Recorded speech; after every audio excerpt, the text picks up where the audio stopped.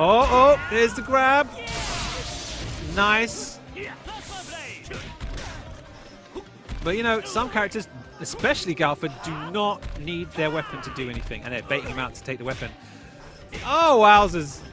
And some players are going to play, some characters are going to play a bit differently and maybe better than without their weapon. Father!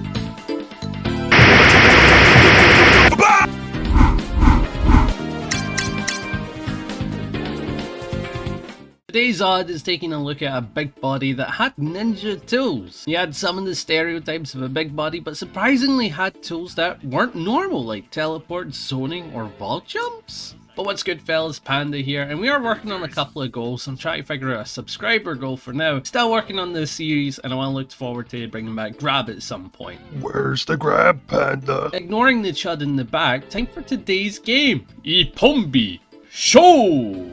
Samurai Shodown. It's all coming up party!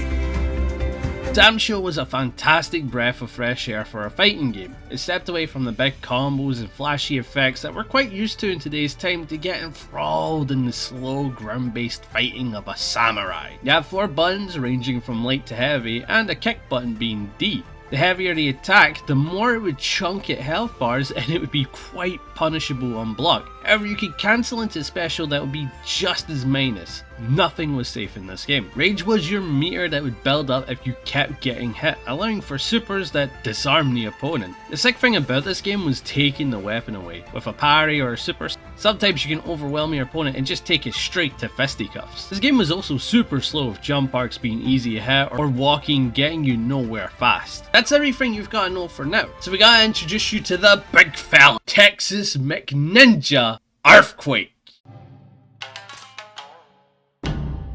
熊野古道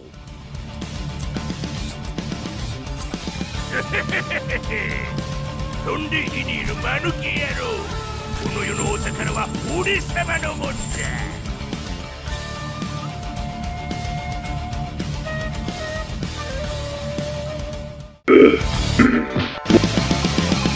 This chunky but funky ninja is Earthquake, who stands out among the roster for his sheer size, weighing over 1,000 pounds. One may look at him and think he's a grappler, but that's what makes him so scummy and deceitful. He isn't playing to his appearance whatsoever. He's actually a big body that can hold space, making him very difficult to approach on. He fights using a Fujiyama, which is a massive version of the Kusarigama. Oddly enough, he's well versed with ninja techniques like flame breath, teleporting, and maneuvering with the walls. Time for the story of the seismic ninja. Earthquake, oddly enough, is from Texas. This bandit leader came to Japan to learn the ways of a ninja under Ayama, and was a rival with Galford. Galford also came from America, but took the teaching seriously to develop his skills with his dog. Earthquake resented him, so he left early because of this and failed his training. However, he learned enough to combine his weight with his ninja trickery. He became a bandit leader, passing his teachings to his many chudlings who would rob people alongside him. The story's a bit of an odd one for sure, but it gets odder when you look at the toolkit. Earthquake's toolkit is a double deception. I want to make that known before getting into his tools and why they're unique and why. And I'll be honest, a way I played this guy was a part of the deception. I was a massive Earthquake main back when this game came out, and I was on top of the leaderboards on Xbox. Take me back to Spam JC days. But Earthquake is your standard big body with many big body things. He has a command grab for opening up the opponent, and he leads to good pressure afterwards. He had a slow walk and run, so he was slow in a game that was slow, so that was a little tough. He had a flame breath to keep pressure up, as he did a decent amount of chip damage and held space, however minus on block, and his normals were slow and covered a decent bit of ground, so everything you'd expect from a big body, right?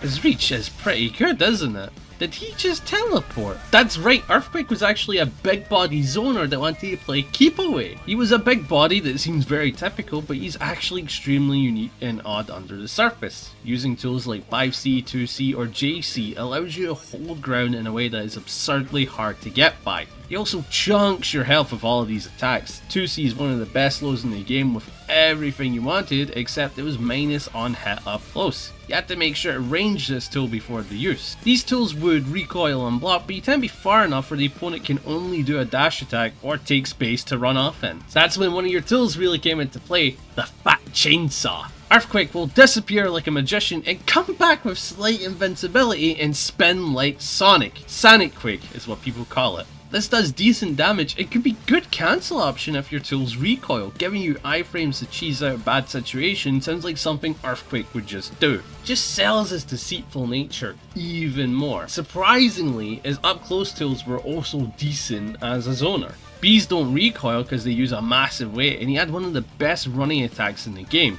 Running D was a low that gave knockdown and pressure, and with delayed timings you can actually make it plus on block, setting up for your command grab if you wanted to go for that. One surprising thing he had was movement. Now, despite being slow and very cumbersome to use in neutral, he had tools that made him awkward to pin down. Having a wall jump to escape the corner made it tricky for ground-based characters to chase, and then make their air mobility even harder to deal with. He has his ass drop that instantly drops him to the ground to get a hit. A was used for 1 bounce and B was used for 2 bounces, and heavy was ignored because it was 4 bounces. Every bounce was punishable on block, so you could see why avoiding 4 would make sense. It was great with messing with anti-air attempts and punish attempts, and it was used for instant overhead, so it was a very tricky 50-50 you could do between running D and ass drop. The deception is insane. What do you mean he has an ass drop that you have to RPS on, and these insane high lows that are hard to deal with? Low damage, to be fair. And if he wanted to avoid a fireball, he had the perfect tool for it. When he's getting zoned, he can teleport above enemies' heads to punish them for going for the fireball. Having a massive body means that he will never whiff, so it was either hitting or it was going to get blocked. This was great for the zoner who couldn't reach full screen, as he had a way to stop full screen zoners from playing their game plan. After landing it, he could either start offense or just back up. His defense was lacking. He had many strengths, so they had to give him more weaknesses, and one of them was obviously slow buttons up close. Having slow mash options meant that he had to rely on punishable unblocked reversal options to escape pressure. No barries like kicks or punches for him. This was fair enough because he was given one of the fastest supers in the game.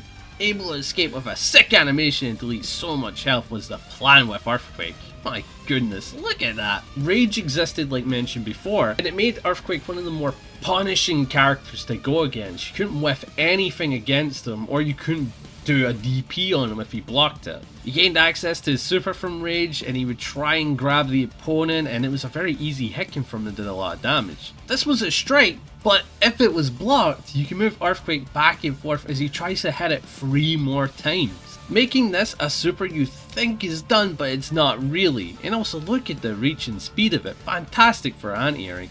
It was just an insane super with many positive outcomes besides iframes. Didn't have that. Now you know everything about the big fella, so the question is, what was his tier placement? Was he strong? Was he weak? Well, it's hard to place him because not a lot of people played him, and a lot of his key weaknesses were very known. He was slow. He sucked against turtle strategies like backing up and playing like to the skies. Anti-airing was very important in a game like Sam's Show, and Earthquake didn't have that. All of his anti-airs were extremely committal, hard to do. It's kinda undecided where his solid place is, but a lot of people tend to say he's either mid-tier or low-tier, thinking that the risk is way too much and it can be too awkward to pilot sometimes. So who made this awkward character work? I did. But not as much as this guy on screen. この俺様がぶっ潰してやるぜ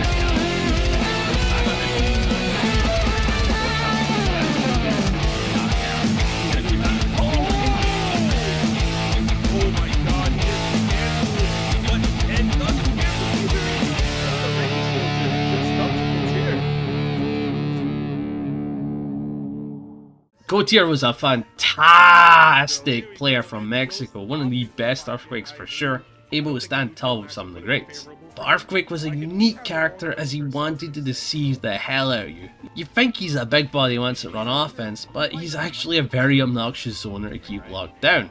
Personally, one of my favourite goats, because I thought he was a grappler, but deep down I was playing my enemy, a zoner. What a deceitful man. I will have a soft spot for my bandit chud.